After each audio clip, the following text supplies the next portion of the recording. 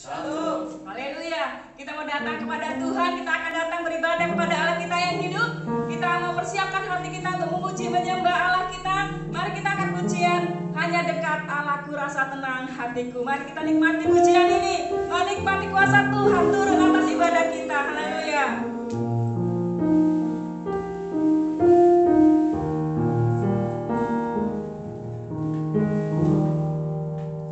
Hanya dekat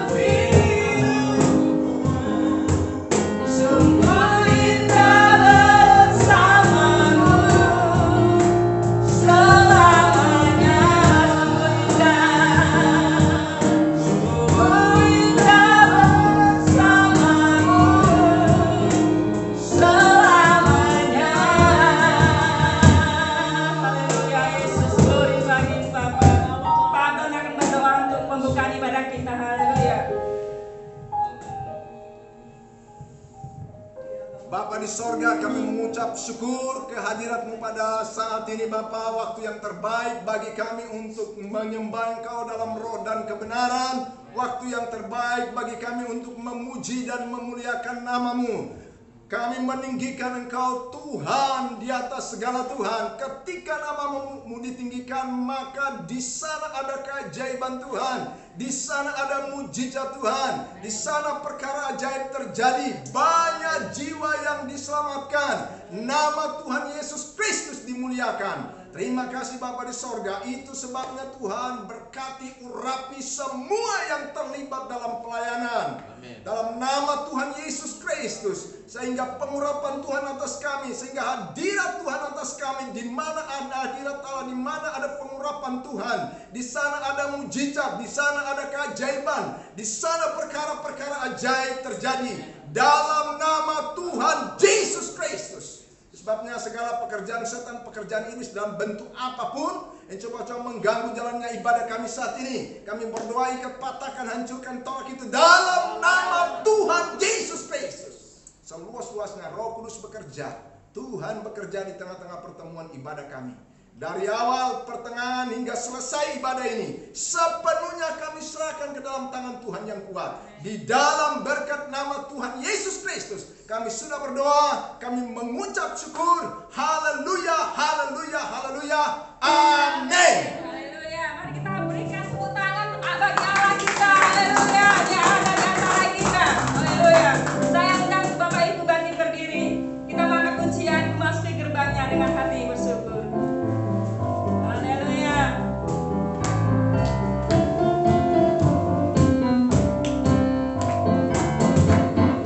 Memasuki gerbangnya dengan hati bersyukur. Halamannya dengan pujian.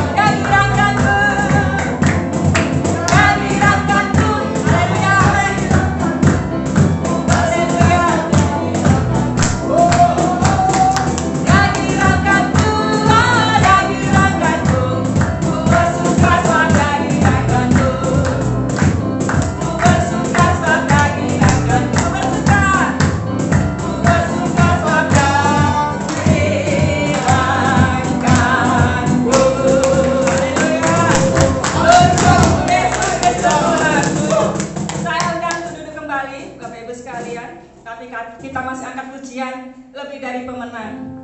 Kita adalah lebih dari pemenang karena Allah membela kita. Amin.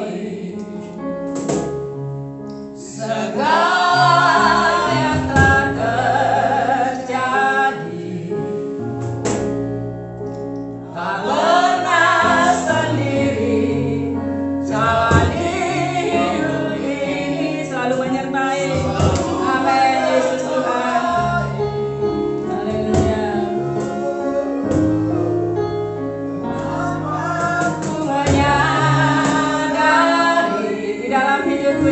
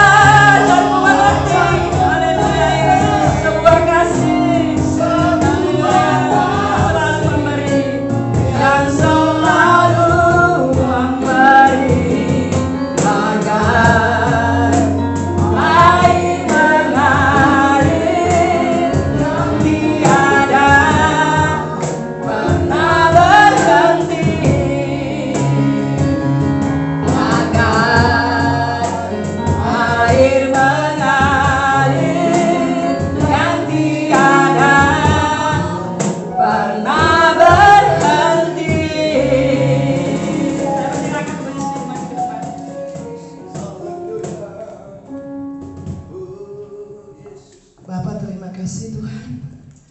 Kami percaya Engkau hadir di tengah-tengah kami saat ini. Dan kami percaya lawatan Roh Kudus terus mencengkram setiap kami Tuhan. Membawa kami tenggelam di dalam hadirat-Mu. Menikmati lawatan kuasa-Mu Tuhan. Terlebih saat ini kami rindu mendengar firman kebenaran-Mu. Tuhan berkati firman-Mu Tuhan. Biarlah setiap firman yang kami dengar sanggup mengubah setiap hati kami, setiap pola pikir kami, mengubah seluruh kehidupan kami, sehingga kami boleh melihat mujizat Tuhan. Kami boleh melihat kuasa Tuhan sungguh bekerja dengan dahsyat dalam kehidupan kami. Kami boleh melihat setiap firman yang kami dengar boleh tergenapi dalam kehidupan kami Tuhan, sehingga kemuliaan Allah yang besar terus dinyatakan atas setiap kami. Terima kasih Tuhan, berbicaralah bagi kami, urapi hamba-Mu secara pribadi dengan segala keterbatasan yang ada Tuhan. Sembunyikan hamba-Mu di belakang salib-Mu, biarlah Allah sendiri yang berkata-kata kepada setiap kami. Dan kami percaya setiap firman yang keluar dari mulut Allah tidak pernah kembali dengan sia-sia. Terima kasih Tuhan, sampaikan isi hati-Mu bagi kami. Kami sudah siap mendengar dan hamba-Mu pun sudah siap menyampaikannya. Di dalam nama Tuhan Yesus kami berdoa. Yang siap diberkati dan mendengar firman katakan amin. Puji Tuhan. Shalom Bapak Ibu yang dikasihi oleh Tuhan. Salam damai sejahtera juga untuk seluruh sidang jemaat Tuhan yang ada di rumah. Puji Tuhan. Kita akan mendengar firman Tuhan yang saya berikan tema rahasia kehidupan yang berhasil dan diberkati Tuhan. Haleluya, puji Tuhan.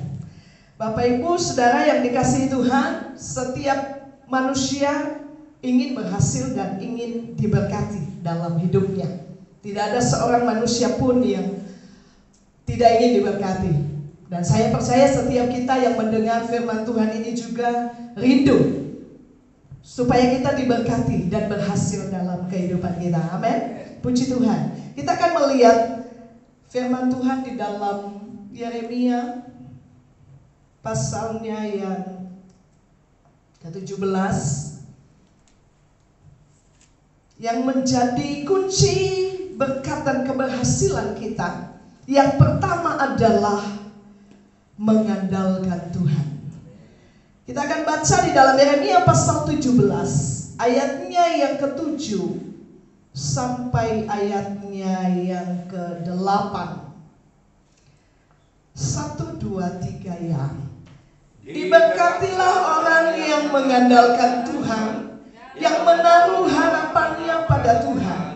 Ia akan seperti pohon yang ditanam di tepi air, yang merambatkan akar-akarnya ke tepi batang air, dan yang tidak mengalami datangnya panas terik, yang daunnya tetap hijau, yang tidak khawatir dalam tahun kering, dan yang tidak berhenti menghasilkan buah.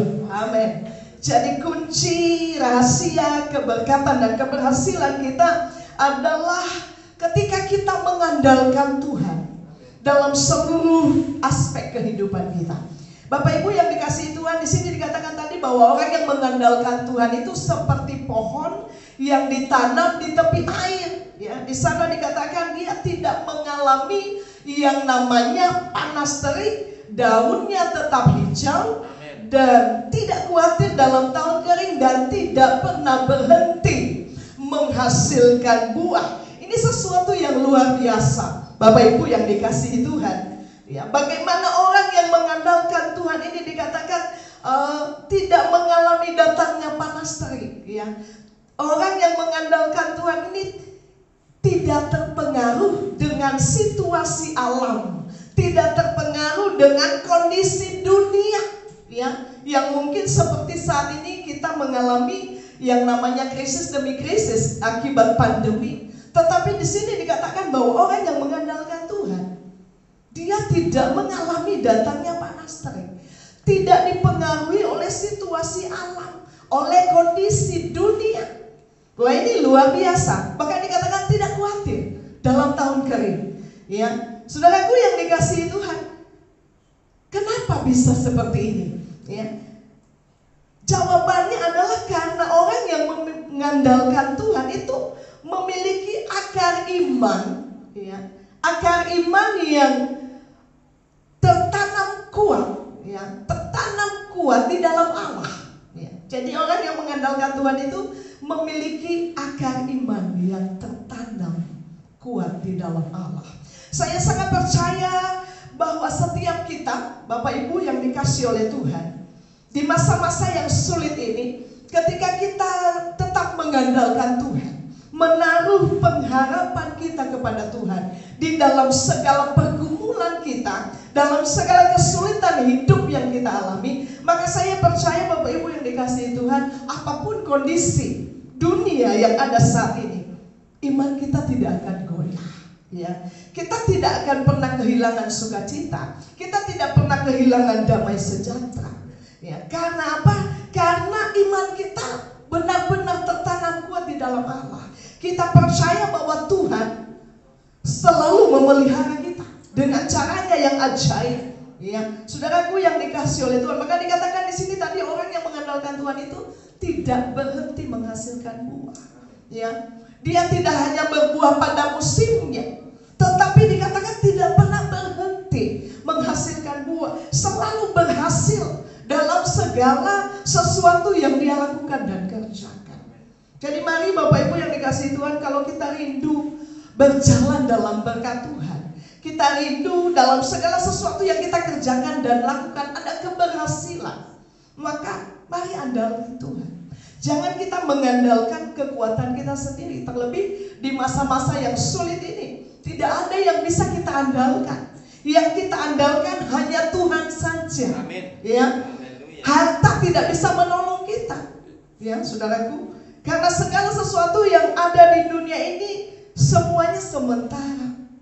Tetapi kalau kita mengandalkan Tuhan, menjadikan Tuhan sebagai sumber hidup kita satu-satunya, maka saudaraku, kita tidak pernah kekurangan sesuatu pun yang baik daripada Tuhan. Di sini dikatakan tadi seperti pohon yang daunnya tetap hijau. Ya, kita akan mengalami kebugaran rohani yang secara terus-menerus. Ya. Daunnya hijau, ya, indah, menyegarkan. Ya, jadi kehidupan kita sebagai orang yang percaya kepada Tuhan itu selalu ada dalam keindahan Tuhan. Itu sebabnya saudaraku, jangan biarkan kondisi dunia, ya, pergumulan hidup membuat kita menjadi lemah. Andalkan Tuhan, taruh harapan kita kepada Tuhan, karena pengharapan kepada Tuhan itu tidak pernah mengecewakan. Kalau kita mengandalkan Tuhan, maka apa yang mustahil bagi kita mungkin bagi Allah. Satu contoh saya ambil dari Alkitab, saudaraku, bagaimana tindakan mengandalkan Tuhan yang hasilnya itu luar biasa. Ya. Satu contoh saya ambil di dalam kitab Hakim-Hakim pasal 7 mengenai seorang yang namanya Gideon. Ya. Hakim-Hakim pasal 7 mengenai Gideon yang menghadapi peperangan, saudaraku. Bangsa Israel di bawah pimpinan Gideon ini menghadapi peperangan. Ya. Kalau kita baca di dalam Gideon Hakim-Hakim pasal 7, ya, di sana dikisahkan kepada kita bahwa ada musuh besar yang sedang menyerang bangsa Israel pada waktu itu. Ya. Saudaraku, bangsa Midian. Ini bangsa Midian ini adalah satu laskar yang besar. Ya. Kalau kita baca itu, mereka itu seperti belalang banyaknya. 135.000 orang menyerang Israel. Dan pada waktu itu Gideon ini adalah seorang utusan Tuhan yang akan memimpin bangsa Israel untuk memerangi bangsa Midian ini. Saudaraku yang dikasih oleh Tuhan, sebagai seorang pemimpin, Gideon ini mempersiapkan barisan pasukan tentaranya. Dan waktu itu tentaranya berjumlah hanya 32.000 orang saja. Ya, sebenarnya jumlah ini sangat sedikit dibanding dengan musuh yang akan mereka hadapi. Tetapi Bapak Ibu yang dikasihi Tuhan, sesuatu yang kita tidak mengerti, ya, dengan Tuhan, ya, dengan pikiran Tuhan, saudaraku, ketika Gideon mempersiapkan pasukan ini, ketika Tuhan melihat bahwa pasukan yang 32.000 ini terlalu banyak, menurut Tuhan itu terlalu banyak.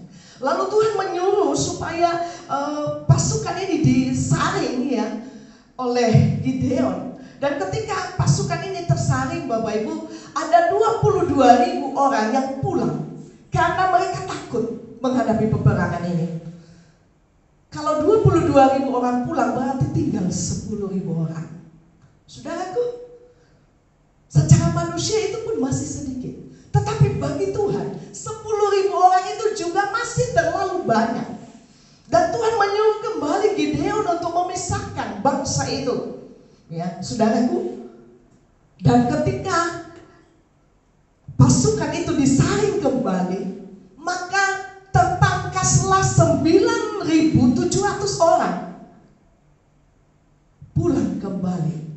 Dan pasukan Gideon itu tinggal 300 orang. Saudara bisa bayangkan secara manusia, secara logika tidak mungkin, mustahil tentara 300 orang menyerang ya, memerangi 135.000 orang. Tidak seimbang, Bapak Ibu. Tetapi bagi Tuhan itu tidak masalah. Ya, saudaraku yang dikasih oleh Tuhan, kalau kita baca kisah ini, maka apa yang terjadi? Pasukan Gideon ini memenangkan peperangan. Itu karena Tuhan. Karena mereka mengandalkan Tuhan. Tuhan turut berperang bersama-sama dengan orang Israel, sehingga pasukan musuh itu dibuat kacau balau dan melarikan diri.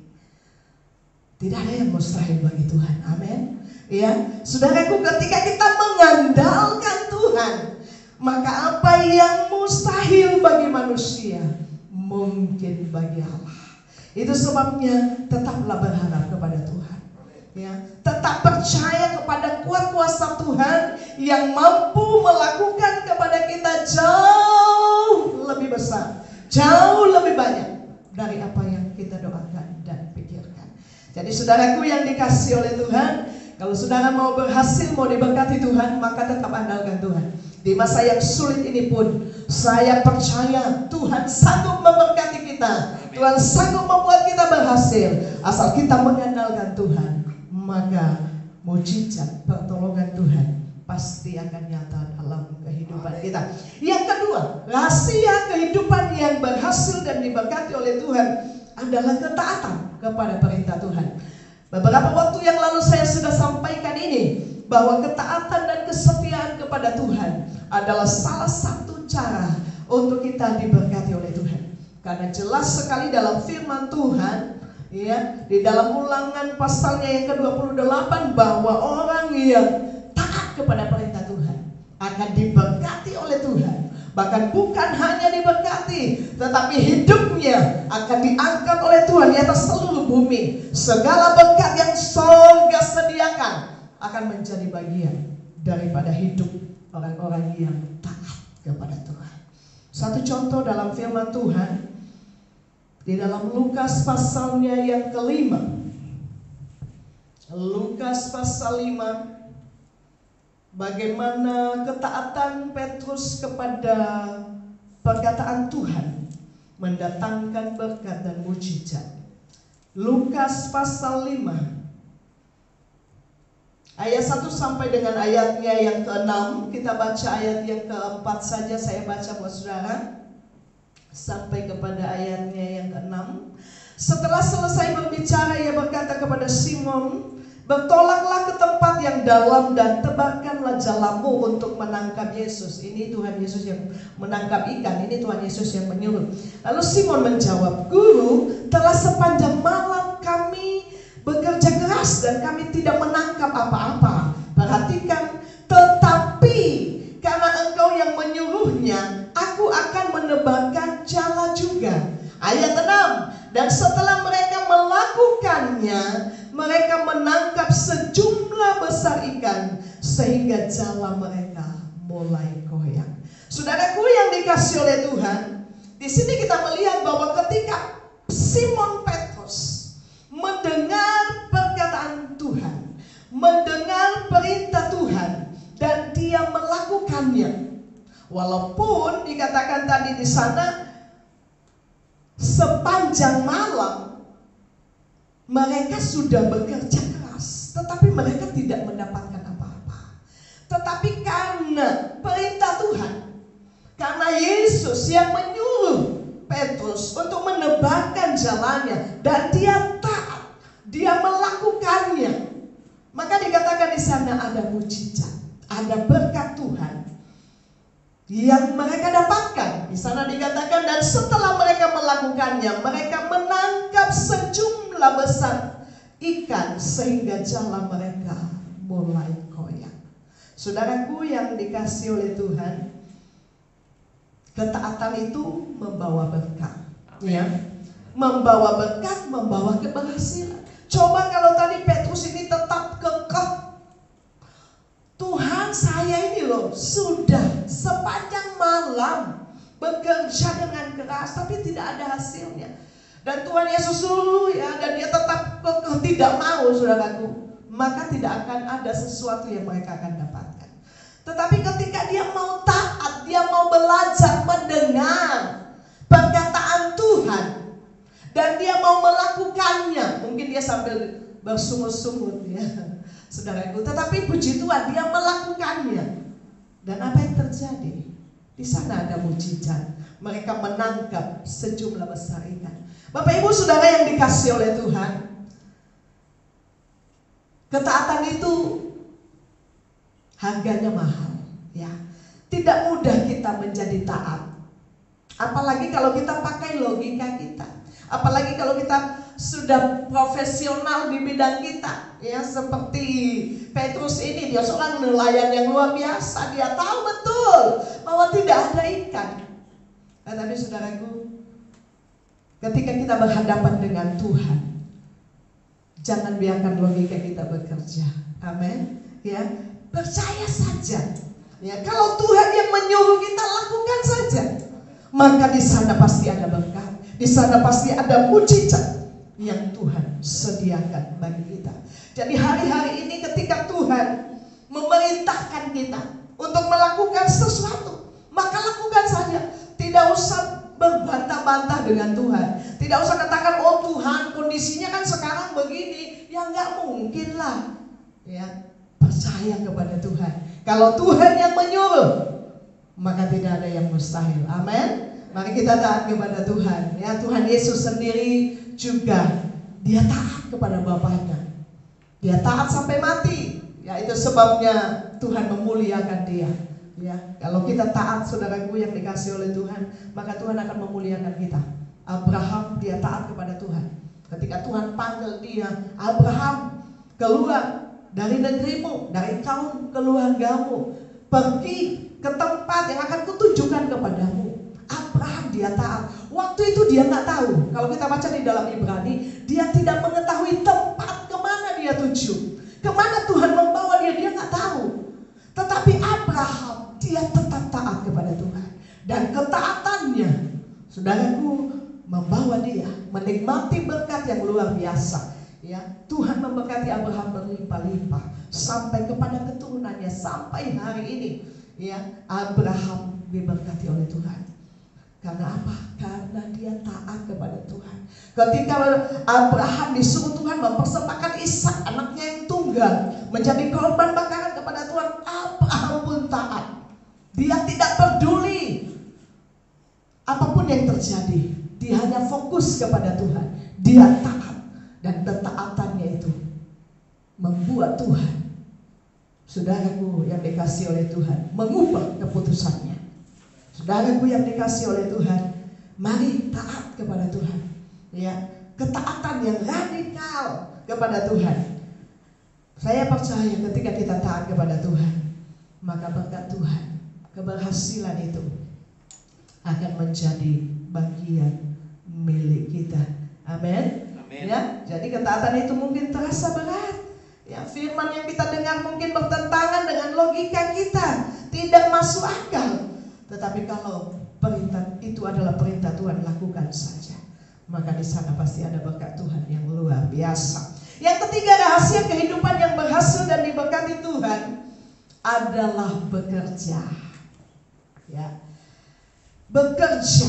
Saudaraku, bekerja itu adalah salah satu tanggung jawab yang diberikan oleh Tuhan kepada manusia. Di dalam Kejadian pasalnya yang kedua, Kejadian pasal 2 ayat 15. Di sana firman Tuhan berkata demikian. Tuhan Allah mengambil manusia itu dan menempatkannya dalam Taman Eden untuk mengusahakan dan memelihara taman itu. Dalam ayat ini kita mengerti bahwa sejak awal, sejak penciptaan dunia, saudaraku, Allah menetapkan manusia, memanggil manusia untuk bekerja. Ya. Apalagi setelah manusia jatuh dalam dosa, ya, saudaraku yang dikasihi Tuhan, setelah manusia jatuh dalam dosa, maka manusia harus bekerja, membanting tulang, berjuang, bersusah payah untuk mencari nafkah sampai dia kembali menjadi tanah. Ya, jadi manusia itu tanggung jawabnya adalah bekerja. Dan bekerja itu adalah salah satu cara Tuhan untuk memberkati hidup manusia. Bekerja itu adalah salah satu rahasia keberhasilan dan kesuksesan. Ya, jadi Bapak Ibu yang dikasihi Tuhan, kita harus bekerja. Ya, bahkan Paulus berkata di dalam 2 Tesalonika pasal 3 ayat 10. Di sana dikatakan, jika seseorang tidak mau bekerja, janganlah ia makan. Ya, jadi kalau kita tidak bekerja, jangan makan. Saudaraku, jadi harus bekerja. Kalau saudara ingin diberkati dan berhasil, maka lakukanlah panggilan saudara. Salah satunya adalah bekerja. Ya. Kita akan lihat di dalam firman Tuhan seorang yang diberkati dengan luar biasa. Dalam Kejadian pasal 26, Kejadian pasal 26 ayat 13. Demikian, dan orang itu menjadi kaya, bahkan kian lama kian kaya, sehingga ia menjadi sangat kaya. Ishak, anak Abraham, menjadi seorang yang kaya, bahkan menjadi sangat kaya.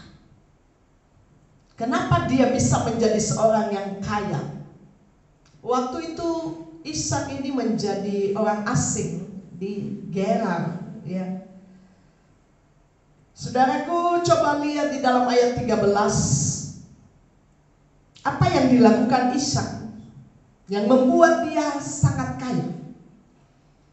Maka menaburlah Ishak di tanah itu, dan dalam tahun itu juga ia mendapat hasil 100 kali lipat, sebab ia diberkati Tuhan. Ishak menjadi kaya, bahkan sangat kaya, itu karena dia menabur. Itu karena Ishak bekerja. Ishak melakukan sesuatu. Dia berusaha. Dia kerja keras. Kalau saudara baca di dalam Kejadian pasal 26 ini, saudaraku, Ishak ini adalah seorang pekerja keras, seorang yang rajin. Ya, dan kalau kita baca, dia mempunyai kumpulan kambing, domba, lembu, sapi yang banyak. Ya, dia memiliki anak buah yang banyak. Ya, saudaraku yang dikasihi oleh Tuhan, sampai banyak orang yang iri, ya saudaraku, kepada Ishak. Sehingga di sana dikatakan bahwa Abimelek saja menyuruh Ishak ini pergi dari negerinya. Karena Ishak memiliki kekayaan yang luar biasa, dan dia menjadi lebih berkuasa di negeri itu.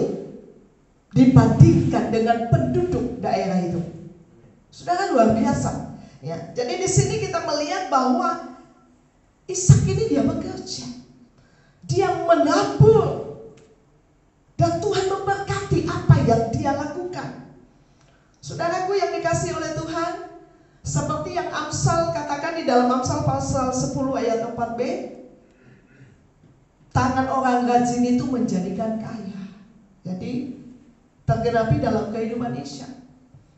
Amsal pasal 12 ayat 24 bagian A, tangan orang rajin itu memegang kekuasaan. Itu juga tergenapi dalam kehidupan Ishak. Saudaraku yang dikasihi oleh Tuhan, itu sebabnya mari kita memenuhi panggilan kita. Kita bekerja, ya, melakukan bagian kita. Ketika Ishak menabur, maka bagian Tuhan adalah memberkati, ya. Ketika saudara dan saya bekerja, mengusahakan sesuatu, maka Tuhan pasti akan memberkati. Ya, saudaraku, segala sesuatu yang kita kerjakan, percayalah bahwa itu tidak pernah menjadi sia-sia. Ya, karena firman Tuhan berkata ada upah bagi usahamu. Saudaraku yang dikasihi oleh Tuhan, mari kita bangkitkan semangat kita untuk memenuhi tanggung jawab kita dalam hal bekerja. Saudaraku yang dikasihi oleh Tuhan, pengkhotbah berkata, segala sesuatu yang dijumpai tanganmu untuk dikerjakan, kerjakanlah itu sekuat tenaga. Jadi segala sesuatu yang kita jumpai, yang dijumpai oleh tangan kita, kita harus kerjakan itu. Dan itu bukan dikerjakan asal-asalan. Dikerjakan, kata firman Tuhan, sekuat tenaga, semaksimal mungkin. Ya, saudara, kalau saudara bekerja, kalau selama ini asal-asalan, maka bertobatlah kita. Ya, kerjakan harus sekuat tenaga.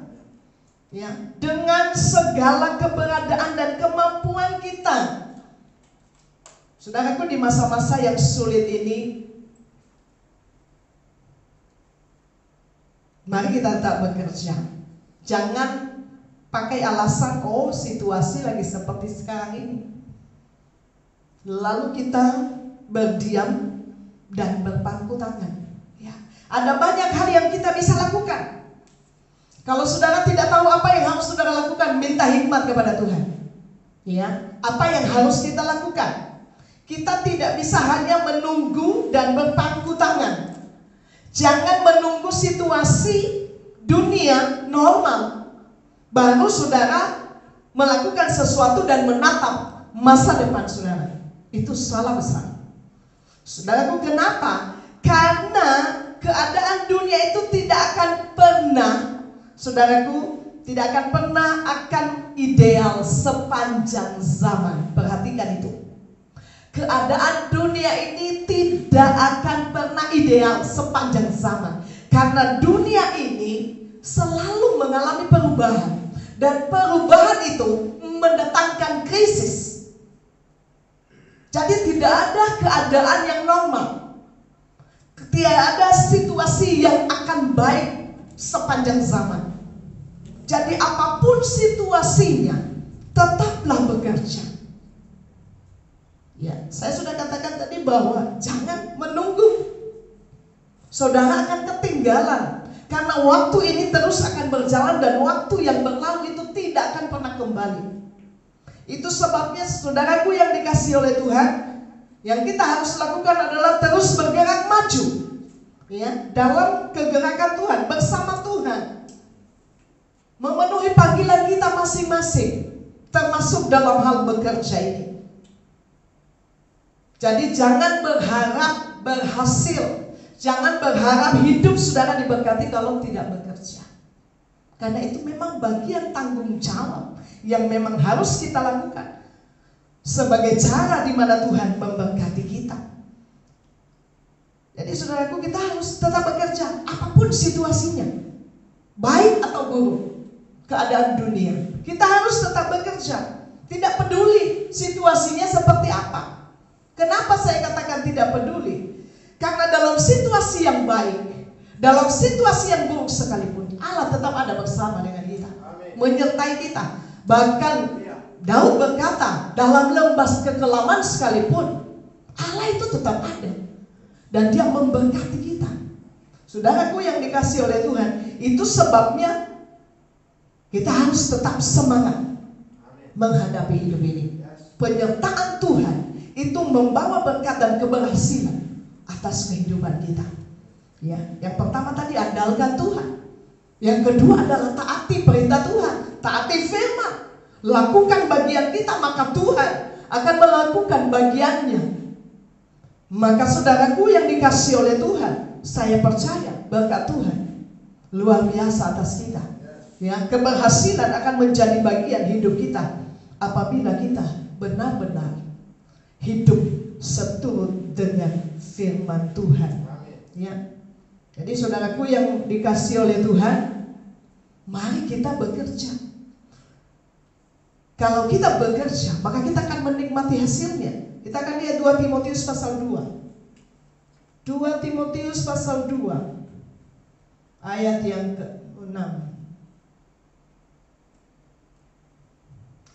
Seorang petani yang bekerja keras haruslah yang pertama menikmati hasil usahanya. Ya, jadi saudaraku, Tuhan menjanjikan kepada setiap orang yang bekerja keras sebuah hasil yang dapat dinikmati. Ya, jadi tidak akan pernah sia-sia. Selebihnya kenapa juga kita harus bekerja? Karena Yesus dan Bapa sampai hari ini juga tetap bekerja. Kita lihat ayatnya, Yohanes pasal 5. Ya. Allah sendiri bekerja sampai hari ini. Yohanes pasalnya yang ke-5 ayat 17. Tetapi ia berkata kepada mereka, Bapakku bekerja sampai sekarang, maka aku pun bekerja juga. Ya, jadi Allah kita, ya, Tuhan Yesus Kristus bekerja sampai sekarang. Itu sebabnya tidak ada alasan bagi kita untuk berdiam diri. Ya, Tuhan mau kita bekerja dan Tuhan mau kita menikmati hasil dari segala pekerjaan kita. Tuhan mau kita memuliakan Tuhan lewat segala pekerjaan yang kita lakukan. Saudara mau diberkati? Amin. Amin. Saudara mau berhasil? Amin. Amin. Lakukan firman Tuhan. Andalkan Tuhan. Taruh harapanmu pada Tuhan. Berjalan dalam ketaatan kepada Tuhan setiap hari. Dan lakukan bagianmu. Bekerjalah dengan rajin. Maka berkat dan keberhasilan, kesuksesan yang Tuhan sediakan bagi kita akan menjadi bagian hidup kita. Puji Tuhan. Tuhan Yesus memberkati. Tetap semangat, tetap jaga kondisi, tetap antusias. Berkat Tuhan atas kita. Haleluya, puji Tuhan. Satu pujian kuasa-Mu terlebih besar. Nanti Pak Pendeta Gabriel Subuyan akan berdoa untuk kita. Kuasa-Mu terlebih besar.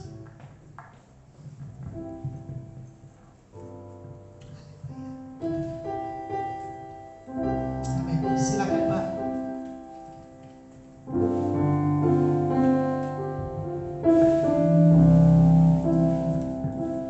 Kuasa-Mu terlebih besar,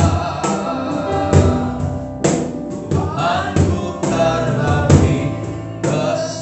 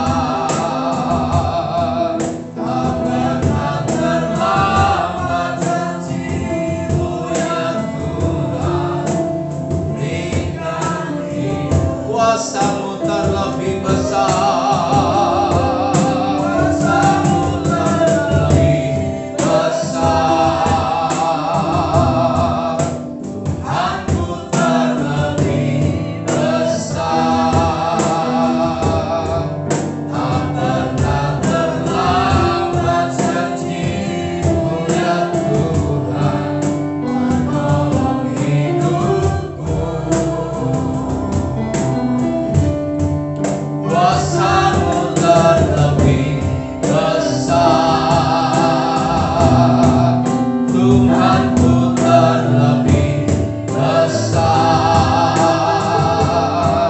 tak pernah terlambat janji-Mu ya Tuhan. Berikan hidup, tak pernah terlambat, tak pernah terlambat janji-Mu ya Tuhan. Pulihkan hidupku,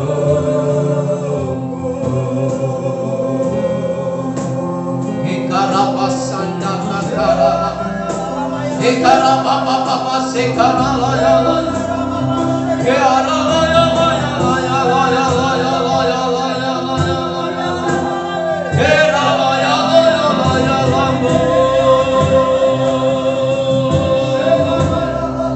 ikarabababa, ikarabababa sekaralamu, iaralamu,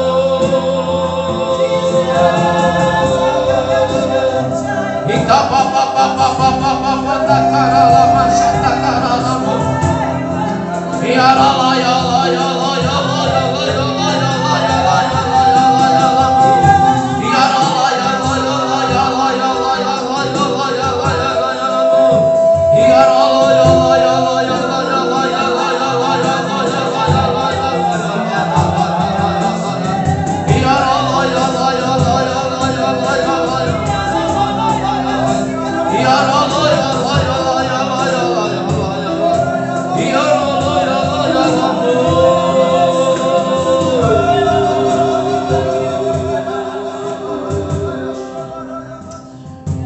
Oleh karena firman Tuhan akan membawa dalam kebenaran, oleh karena firman Tuhan akan membawa dalam berkat Tuhan. Apapun yang saudara kerjakan hari ini, percayalah berkat Tuhan turun atas engkau.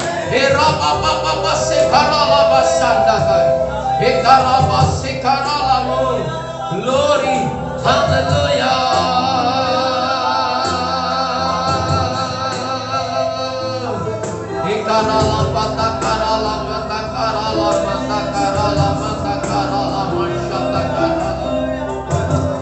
Terjadi keajaiban, terjadi keajaiban, terjadi mujizat, terjadi berkat Tuhan. Di mana ada firman itu terjadi perubahan.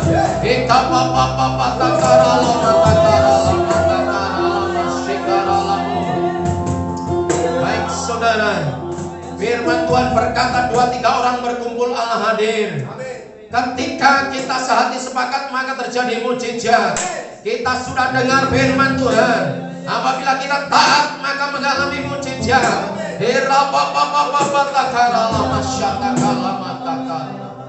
Saudara seluruh sidang jemaat, kita sehati sepakat berdoa untuk saudara-saudara kita yang sakit. Kita berdoa untuk ibu desa yang ada di rumah sakit. Saudara sekalian, kita sehati sepakat supaya terjadi mujizat, supaya terjadi kesembuhan.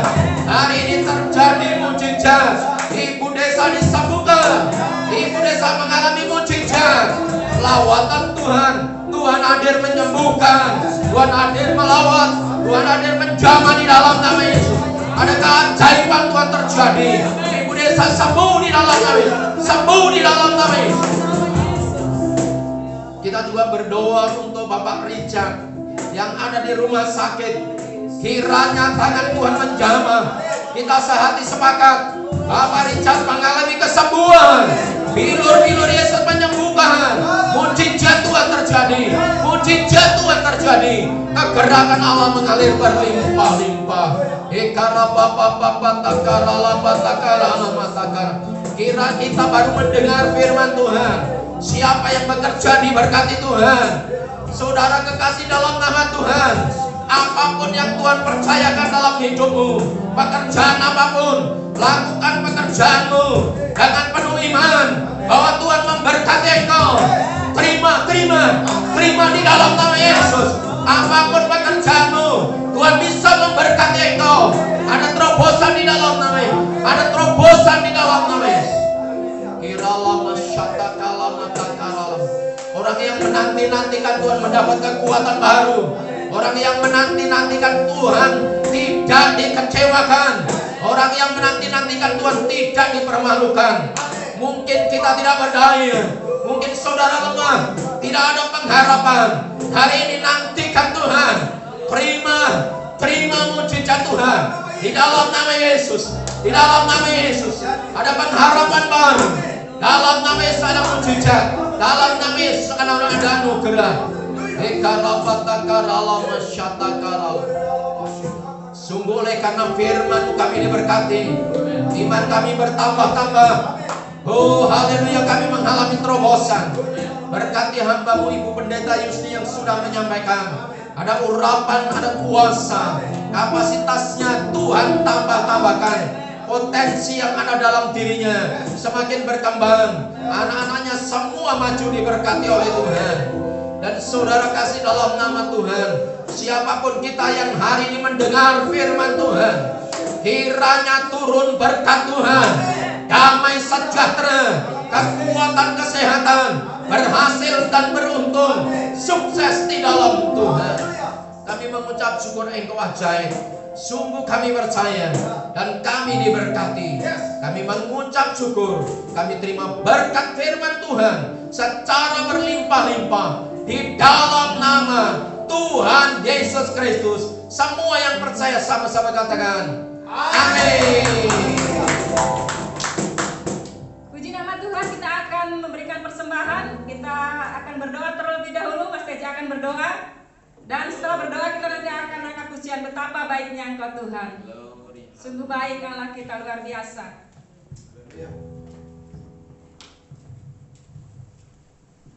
Tuhan, terima kasih Tuhan untuk waktu hari ini Tuhan. Engkau memberkati kami dengan luar biasa, memberkati kami dengan firman-Mu Tuhan. Ingatkan kami Tuhan untuk senantiasa mengandalkan Engkau Tuhan. Bahkan di dalam hal memberi Tuhan, kami akan senantiasa Tuhan mengandalkan Engkau Tuhan. Seberapa besar Tuhan kami akan memberkati rumah-Mu ya Bapa. Kami berdoa kiranya Tuhan Kau menyucikan, menguduskan setiap hati, setiap tangan yang memberi Tuhan. Kiranya Tuhan persembahan yang kami berikan Tuhan adalah persembahan yang berkenan dan menyenangkan hati-Mu ya Bapa. Terima kasih Tuhan, kami berdoa Tuhan buat setiap jemaat KPI Blessing Ministry Tuhan mengalami kelimpahan Tuhan dalam kehidupannya. Terima kasih Tuhan Yesus, terpujilah nama-Mu. Hanya di dalam nama Tuhan Yesus Kristus, nama yang berkuasa, kami sudah berdoa, kami bersyukur. Haleluya. Amin. Betapa baiknya Engkau Tuhan.